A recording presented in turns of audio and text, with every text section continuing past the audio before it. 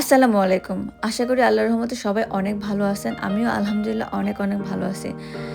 চলে আসলাম আজকে আরও একটা নতুন রেসিপি নিয়ে। যারা ভিডিওর থাম্বনেল দেখে ভিডিওটি দেখা শুরু করেছেন তারা অলরেডি বুঝেই গিয়েছেন যে আমি কি ভিডিওর রেসিপি শেয়ার করব। তো চলুন শুরু করা যাক আজকের ভিডিও। তো আজকে আমি আপনাদের সাথে শেয়ার করব ধানি কোরাল মাছ দিয়ে চচ্চড়ি। আর এই চচ্চড়িতে আমি সবজি হিসেবে ব্যবহার করেছি আলু, বরবটি, পুঁইশাক এবং টমেটো।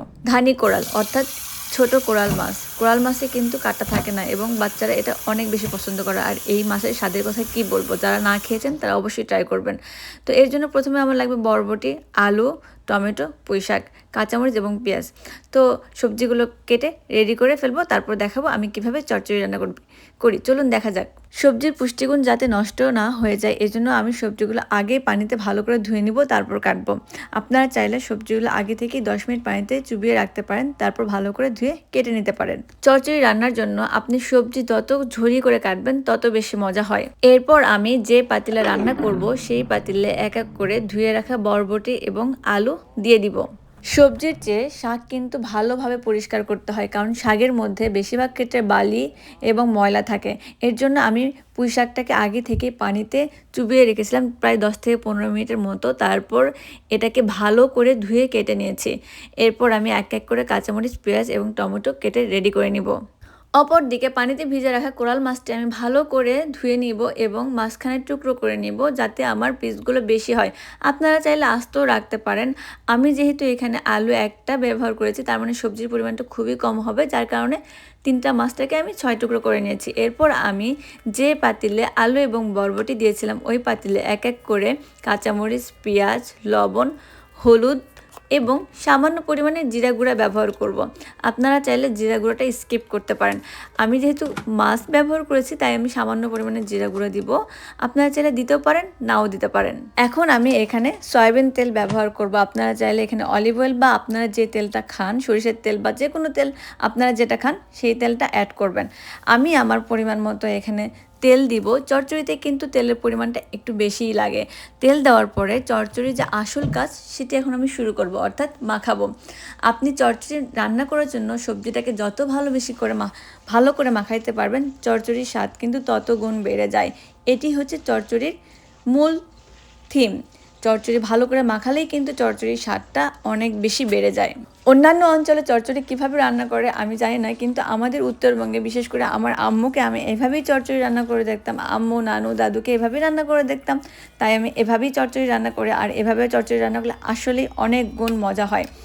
এরপর আমি ধুয়ে রাখা পুঁইশাকগুলো চচ্চড়ির মধ্যে দিব এবং ভালো করে মেখে নিব।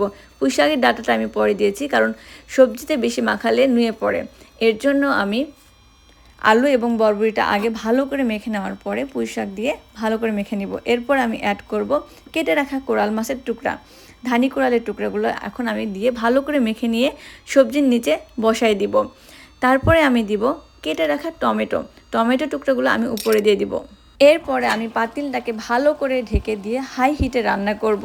দেখেন আমি চুলায় বসিয়ে দিয়েছি, অলরেডি ভাপ আসা শুরু হয়েছে, একটু পরে বলক আসবে। চচ্চড়ি মাখানোর উপরে চচ্চড়ির স্বাদ যেরকম নির্ভর করে, ঠিক তেমনই চচ্চড়ির আরও একটা কাজ রয়েছে, সেটি হচ্ছে 4-5 মিনিট বা 10 মিনিট পর চচ্চড়িটাকে ভালো করে উল্টিয়ে পাল্টিয়ে দেওয়া এবং ঢাকনা দিয়ে ঢেকিয়ে রাখা। আপনি 5 থেকে 6 মিনিট পর পর এরকম ঢাকনা উঠিয়ে চেক করবেন এবং উল্টা পাল্টা করে নেড়ে দিবেন। বরাবরের মতো আমি এই ভিডিওতে সেম কথাই বলবো, আমি কিন্তু কোনো প্রফেশনাল শেফ বা এক্সপার্ট না।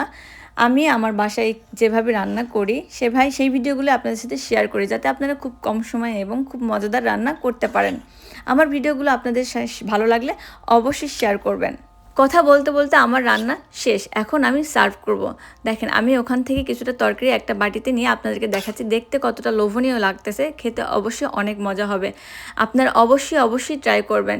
এরকম করে রান্না করলে আপনারা বারবার করে খেতে চাবেন। রান্নাটাও কিন্তু এক ধরনের আর্ট বা শিল্প। আপনি যদি মনোযোগ দিয়ে রান্না করেন তাহলে যে কোনো রান্নায় অনেক বেশি মজা হবে এবং আপনি যাদেরকে খেতে দিবেন তারা সবাই বলবে রান্নাটা অনেক ভালো হয়েছে। আর বিশেষ করে উত্তরবঙ্গের চচ্চড়ি, এটার স্বাদ যে জানে না বা খায় নাই তার তো এখনই করে খাওয়া উচিত যে চচ্চড়ির স্বাদটা আসলে কেমন। আপনি যে কোনো সবজি দিয়ে যে কোনো ধরনের চচ্চড়ি রান্না করতে পারেন। তো আমার ভিডিও যদি আপনাদের ভালো লাগে অবশ্যই শেয়ার করবেন এবং কমেন্ট বক্সে জানাবেন কেমন হয়েছে। আজকের মতো এই পর্যন্ত, সবাই ভালো থাকবেন। আল্লাহ হাফেজ, আসসালামু আলাইকুম। আবার দেখা হবে নতুন কোনো ভিডিও, নতুন কোনো রেসিপি এবং সহজ উপায়ে, যারা রান্না করতে পারে না তাদের জন্য বেসিক্যালি। সবাই ভালো থাকবেন, আল্লাহ হাফেজ, আবার দেখা হবে, বাই।